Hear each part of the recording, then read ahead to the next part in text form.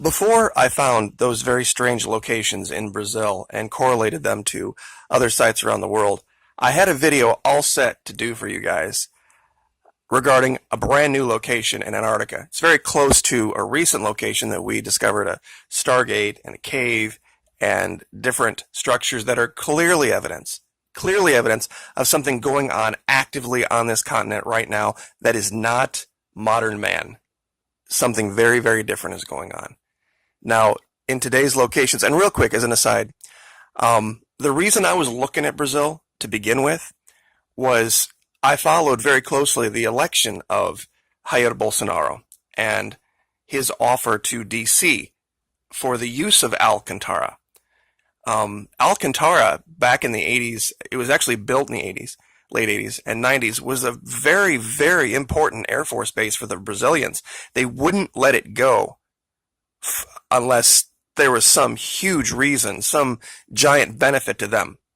And I'm not sure what that is, but we'll get back to that. And that's why I was looking around up there.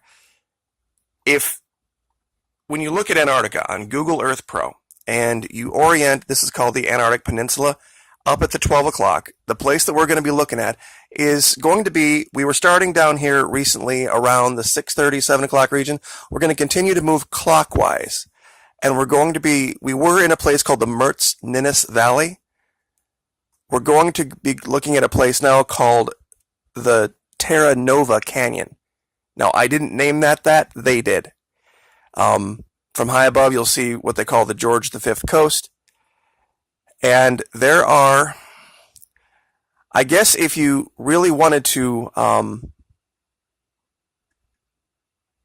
really lay it out, there are going to be 4 different locations. Right here it is. Just around from the George V coast. If you look for, it'll say the Terra Nova Canyon. It'll also say the Lazarev Mountains. This is the area we're looking at. Now, I generally have 3 areas outlined here. One here, one here, and I'm going to count this as one right here, basically just because there's only 3 sites. This up here is just a reference mark for me. Let's go ahead and let's start with this. Now, in other areas and other regions, I've seen structures like this, where it honestly looks like something from under the ice just punched up through and created this fracturing, this cratering. And as you can see all around this ice and snow is perfectly even and smooth, but just at the base of this mountain, it literally looks like something ballistic came up from underneath and punched a hole. And you can see the cracks here, the cracks here. But here's where it gets really strange with this one. At the very base of it, there looks like there's an opening. Now I'm going to zoom in here. And one of the reasons, for those of you that wonder why I do the technique of filming the screen with a different camera, it gives me 3 capabilities I wouldn't have otherwise. I can use the zoom that's on the screen itself, like I'm doing here. Or I can physically move the camera closer to the screen, or I can also use the zoom that's on the camera filming the screen. So it gives me 3 different techniques I can use that you wouldn't be able to see this right above my cursor until I zoom in.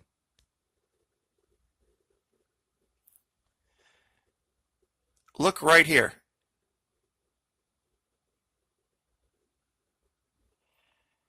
Now guys, that looks like the perfect description of a gray alien.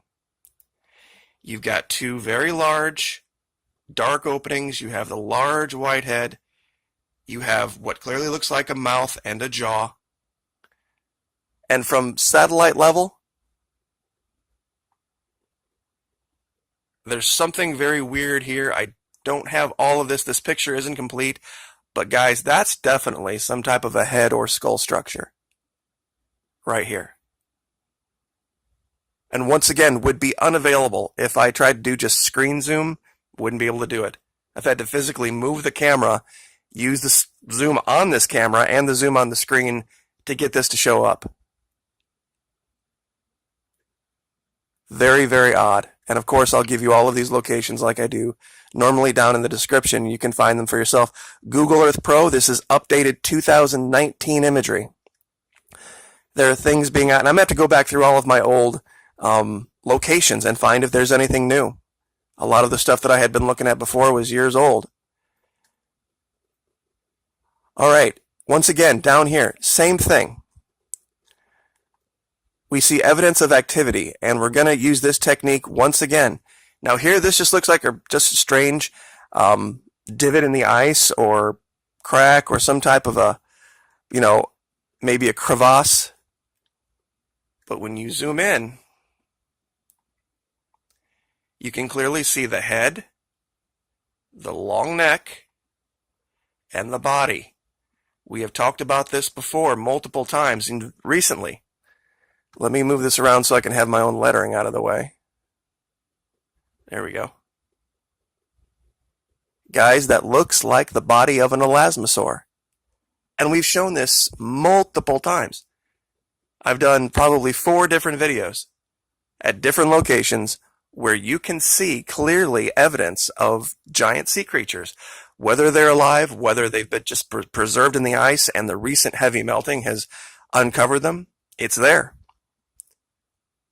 And we are about as close as we can get on the zoom. And it's pretty much full screen at this point, so once again, I don't think this is something you can miss.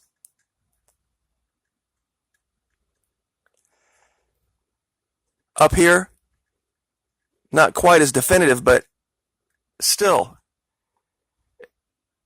this looks very strangely constructed right here. Some type of a bay, entry, exit bay. And there's different structures and things around it that look not like they would just be something you would expect to see if it was just rock, ice, snow, and wind. Once again, we see what looks like coming out of the ice some type of a bow of a ship, I guess.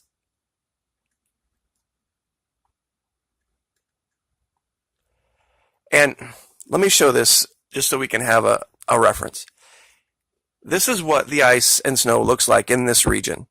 It has somewhat of a mottled feature to it. So any disturbance, you'll be able to see the difference. Now look in this valley right here in between these two areas. See how it's nice and even and perfect here? Nice and even and perfect here? This is evidence of activity. All sorts of different types of tracks of something. It's too uneven, too random to be just a figment of the wind, because in the region, as we can see, that's what normal looks like. That's tracks. That's definitely activity, something going on in this ridge right here. And there's more over here. And we do strangely see what look like cave openings. And when you zoom in, sometimes, I don't think sometimes Google even knows what they have.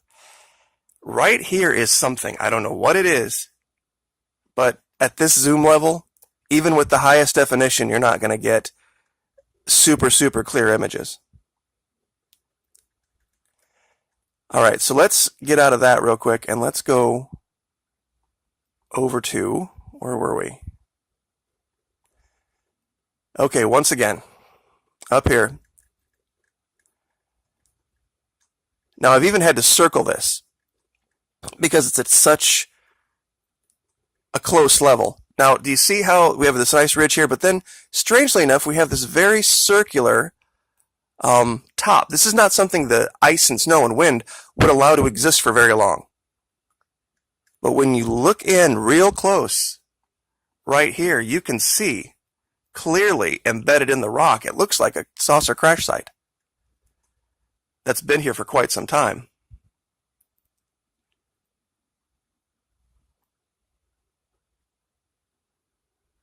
And you can see some changes in the rock in the region, color-wise.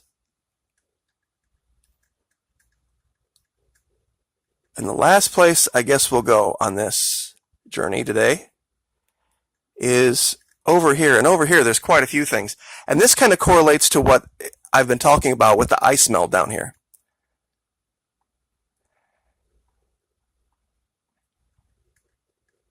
This is what's terrifying the climate scientists right now. Do you see right up next to the shore? Do you see these pools?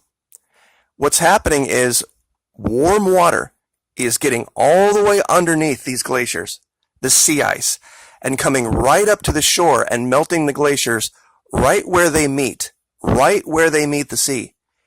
This is the breakoff that's going to cause these glaciers, the glaciers that are over the land, to collapse into the sea. See, the people that say, well, the ice that's already there, it can't contribute to sea level rise, you're right. But when they go away, when they break off and they leave, and the ice, the super heavy, thick ice, has nothing holding it back, that's when things are going to really, really start to get out of control. Now, this is more evidence, kind of boring evidence. These are ancient trails and footpaths. You can see clearly here, and let me zoom out just a little bit to get better focus.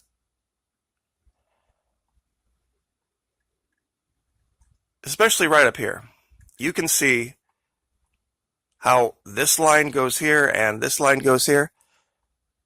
Some people say, oh, that's just evidence of the melting of the ice. It would be striated in one direction.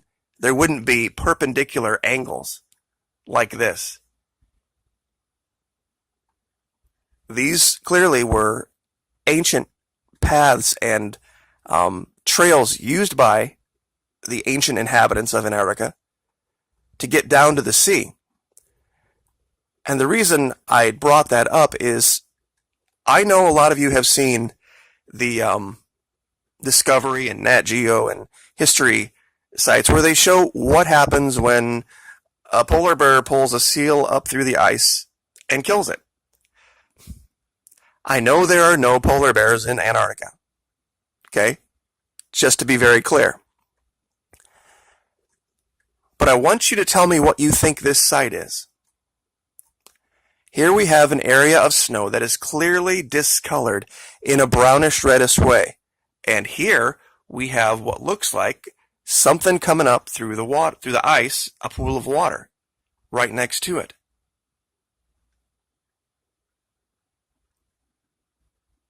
If there are living dinosaurs, what we would call, for lack of a better term, down there,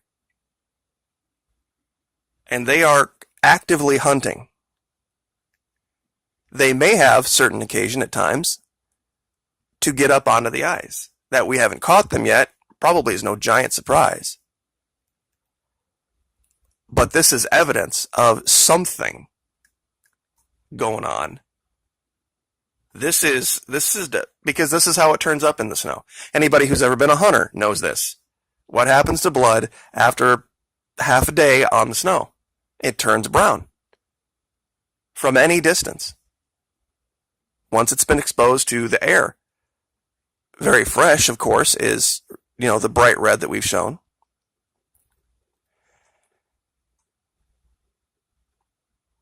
But there are... Guys, look at this right here real quick and tell me that you don't think this is something that was created. 90 degrees, 90 degrees, 90 degrees, coming straight down here. How in the world would this end up looking like this if it wasn't something that perhaps was created by ancient inhabitants just for better access to the sea, maybe? To get out into deeper water? If this at one time were a river?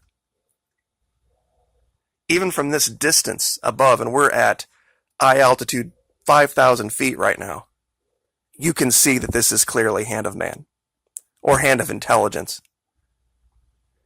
There's another location here, I didn't even mark it, but As you can see, at one time, this looks like this was a port. This is some type of a harbor. It's just been aged by time.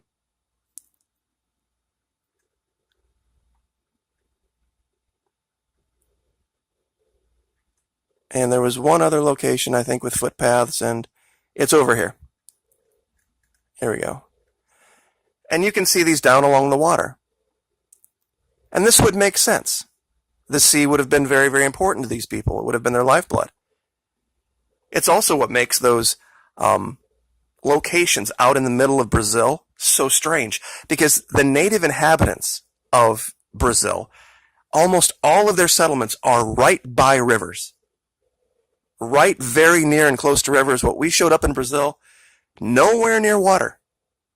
And that's the number one priority down there for the natives.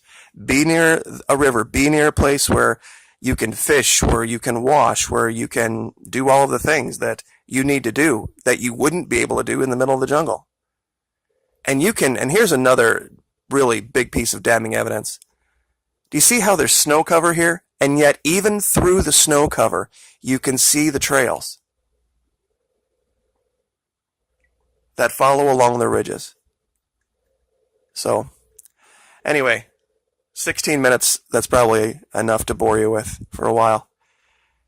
So, like I said, I'll give you this general location, but pretty clear evidence that something's going on. Like, share, subscribe.